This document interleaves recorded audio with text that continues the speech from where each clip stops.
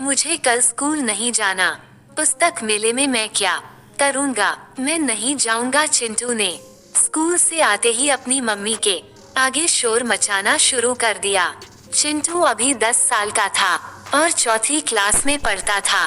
असल में कल उसका स्कूल सभी बच्चों को विश्व पुस्तक मेले घुमाने ले जा रहा था और उसका बिल्कुल भी वहां जाने का मन नहीं था। चिंटू को किताबें बोरिंग लगती थीं, लेकिन चिंटू को टीवी, मोबाइल, फिल्में देखना बहुत पसंद था।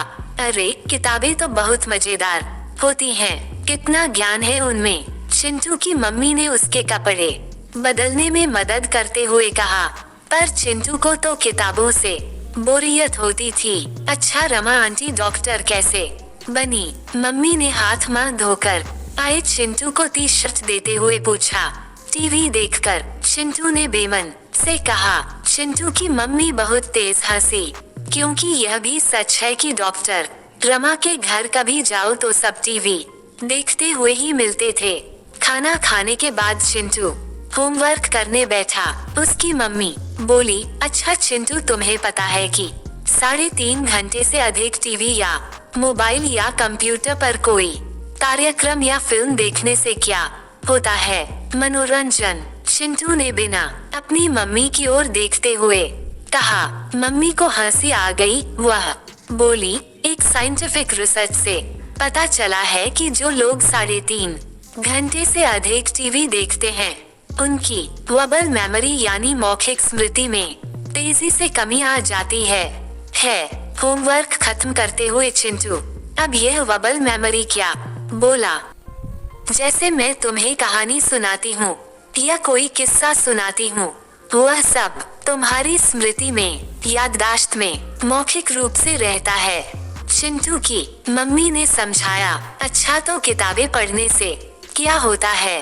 स्कूल में जो कल पढ़ाया जाना है उसकी किताब अपनी मम्मी के सामने रखते हुए चिंटू ने पूछा।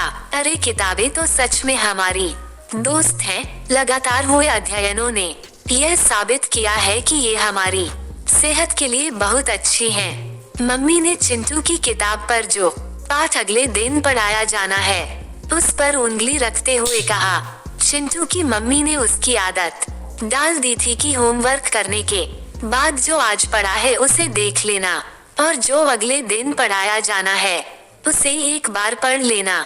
मम्मी ने बताया, पता है रोज कोई ना कोई किताब पढ़ने से दिमाग तेज होता है, बोलने और समझने की क्षमता बढ़ती है, लोगों को जानने, समझने, उनकी तकलीफों को समझने में मदद मिलती है और रात को कोई किताब पढ़ते पढ़ते सोने से नींद अच्छी आती है और स्ट्रेस कम होता है।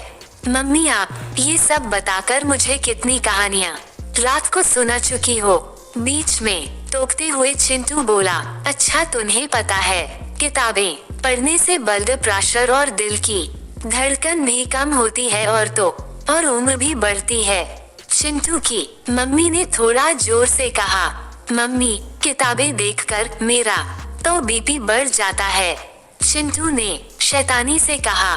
दोनों जोर से हंसने लगे। रात हो गई थी। चिंटू ने मम्मी को कोई कहानी पढ़कर सुनाने को कहा। चिंटू की मम्मी ने उसे एक ऐसी किताब की कहानी सुनाई जो बोलती थी और बच्चों के सारे सवालों के जवाब देती थी।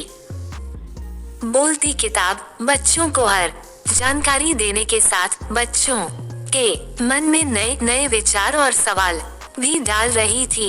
ऐसा भी है धरती में कितना बड़ा सौरमंडल, कितने सारे तारे, क्यों खाते पान और कितने दुनिया में लोग खाते हैं धान, ये सब किताबों में छिपा था। कहानी सुनते सुनते चिंटू सो गया। उठो चिंटू, उठो। चिंटू को आवाज आई। वह हड़बड़ाकर उठा।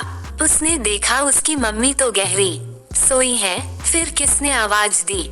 आवाज फिर आई, अरे चिंटू मैं इधर। चिंटू ने आवाज की दिशा में देखा तो उसके स्कूल बैग से आवाज आ रही थी। चिंटू घबराता हुआ बैग के पास गया और उसे खोला।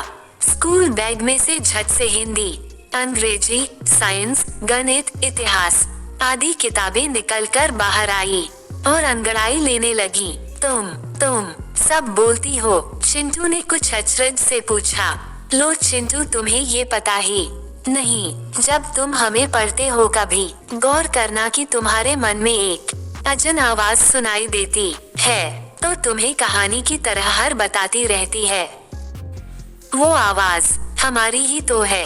हम किताबों की, हिंदी की किताब बोली चिंटू। हम किताबों को जब तुम पढ़ते हो तो तुम्हारे दिमाग में एक प्रक्रिया चलती है। वह दिमाग की तंत्रिकाओं में आपस में तेजी से कनेक्शन बनाती है और ये बनते कनेक्शन या संबंध ही तुम्हें सोचने समझने की क्षमता देते हैं। अब विज्ञान की किताब बोली, अरे हम किताबें ही तो तुम्हें हर समस्या का समाधान ढूंढने की क्षमता देती हैं। अब की बार ये बात गणित की किताब ने कहा।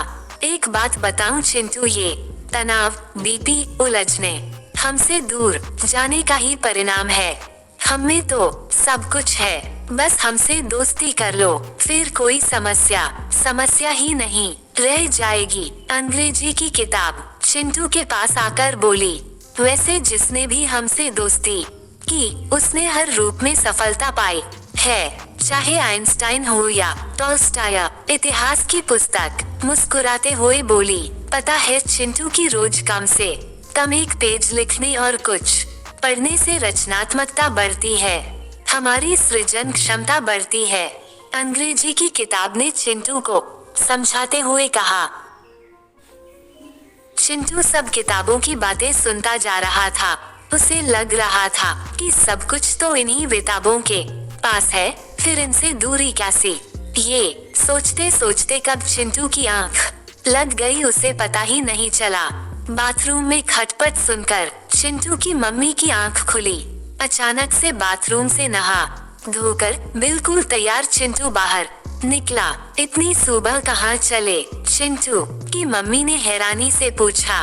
अरे मम्मी, तैयार हो रहा हूँ, विश्व पुस्तक मेले में जाना है ना, और खूब सारे ब्रेड रोल्स बना देना, मेरे दोस्त भी खाएंगे। स्कूल बैग के बाहर रखी सभी किताबें ठीक से रखते हुए चिंटू बोला।